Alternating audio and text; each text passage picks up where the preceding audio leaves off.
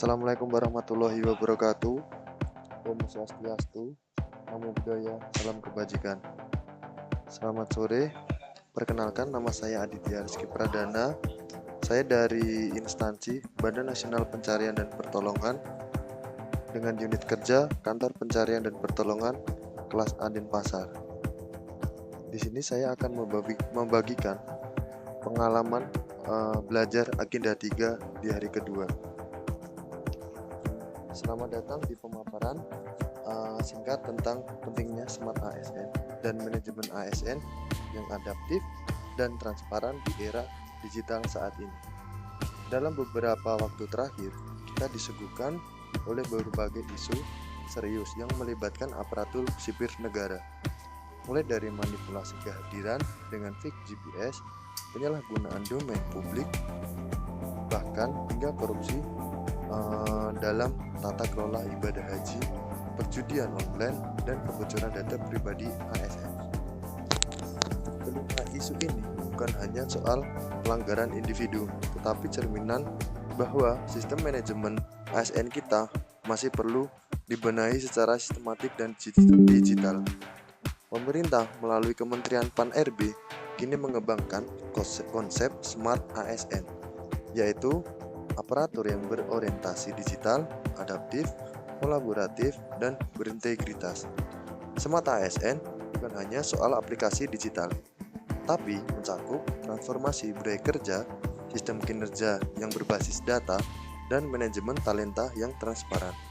Salah satu terobosannya adalah integrasi sistem melalui platform seperti Smart ASN yang memungkinkan penilai berbasis real-time, integrasi dan kepegawaian, pelatihan digital, hingga pengawasan yang lebih akurat dan otomatis.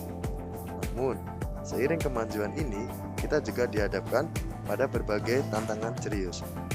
Contoh pertama datang dari Kabupaten Lembong, Bengkulu, di mana ribuan ASN diketahui menggunakan fake GPS untuk memanipulasi kehadirannya. Mereka tidak benar-benar hadir, tetapi sistem dibodohi. Seolah-olah mereka bekerja, akibatnya mereka disanksi tidak menerima TPP selama 3 bulan. Isu ini menunjukkan lemahnya integrasi sistem, absensi, dan minimnya kontrol digital. Smart ASN seharusnya hadir dengan sistem geolokasi yang berenskripsi, tidak bisa dimanipulasi dan diawasi otomatis.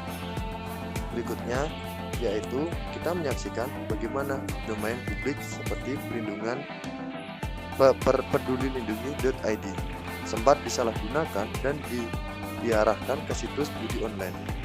Bayangkan, situs yang dulunya jadi garda depan penanganan pandemi malah jadi alat menyebar konten ilegal. Ini mencerminkan pentingnya keamanan cyber dan kontrol atas infrastruktur digital milik pemerintah.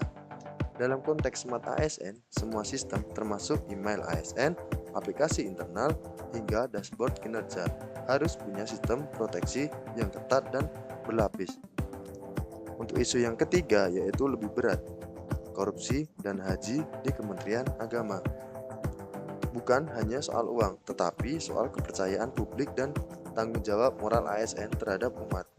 Dalam konsep Smart ASN, semua proses keuangan, rotasi jabatan, hingga pelayanan publik seharusnya bisa diawasi secara transparan, terstruktur, dan auditable.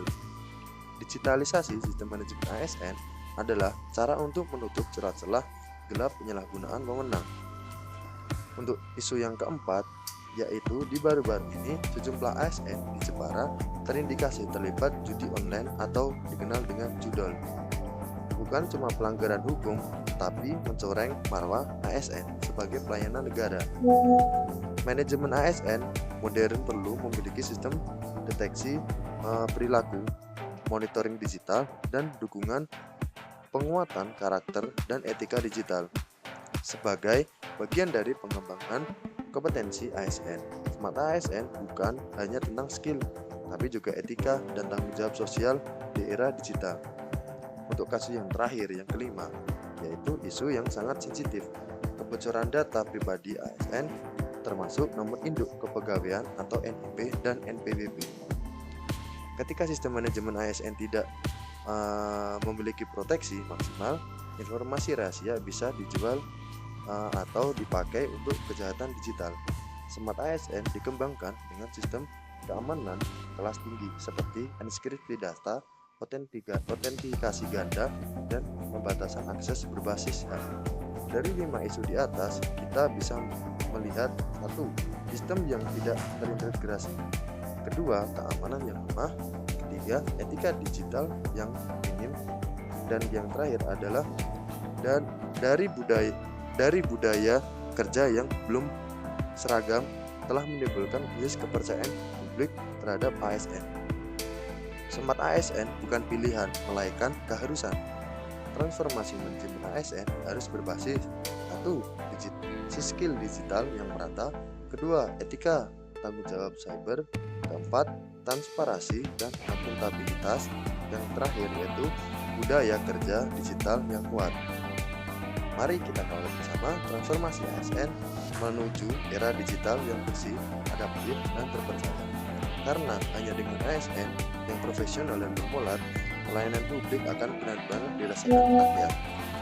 Cukup sekian yang bisa saya paparkan. Biar